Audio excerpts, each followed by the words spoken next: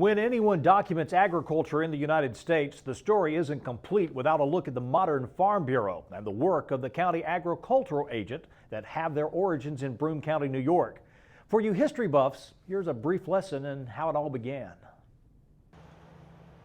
The rock you see marks the spot for the first county Farm Bureau location in the United States. Fred Perrin, on staff with the New York Farm Bureau office in Albany, New York, has done a great deal of study about the early days of agriculture in Broome County. He told us this is a significant location not only for New York agriculture, but also for farmers and producers across the country. So the first Farm Bureau was started here in 1911 with Mr. Quinn being the first president.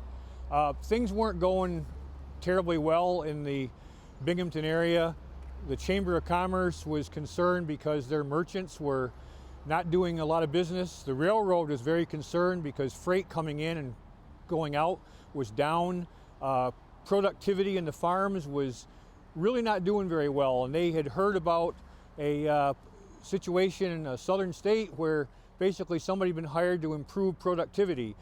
So they basically talked about that with USDA and Cornell, the College of Agriculture, and the difference was that the chamber said, let's go ahead and have an organization for a Bureau for Farmers. So the name of Farm Bureau came about, and what's really significant there is that made this different than anywhere else was this was going to be an organization controlled by farmers, for farmers. So the first County Farm Bureau president, James Quinn, did operate the farm here in 1911 and started the story that we now know is growing.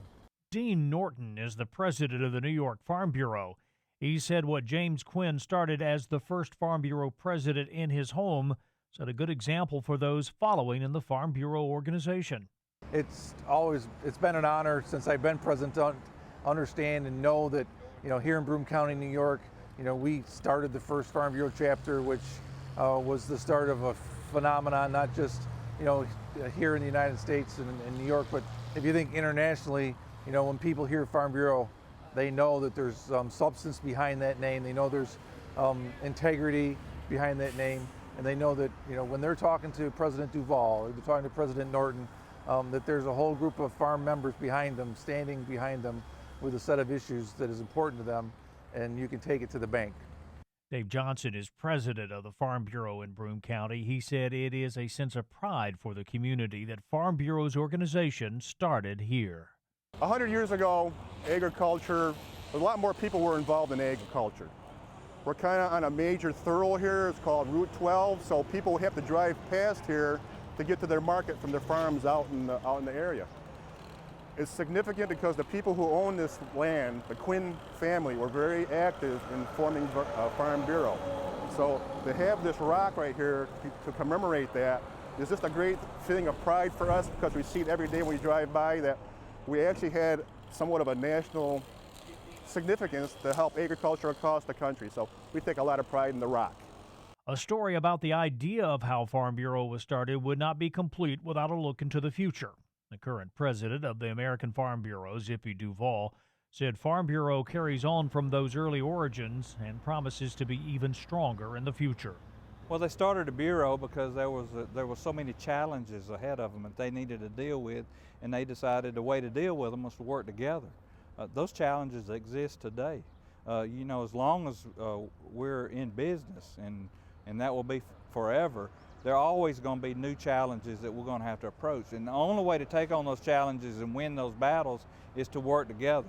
So we got to continue to strengthen the partnerships. We've got to continue to educate the general public. We've got to continue to educate our public officials to let them know what we contribute to these rural communities across this country, because we are the backbone of the economy of rural America.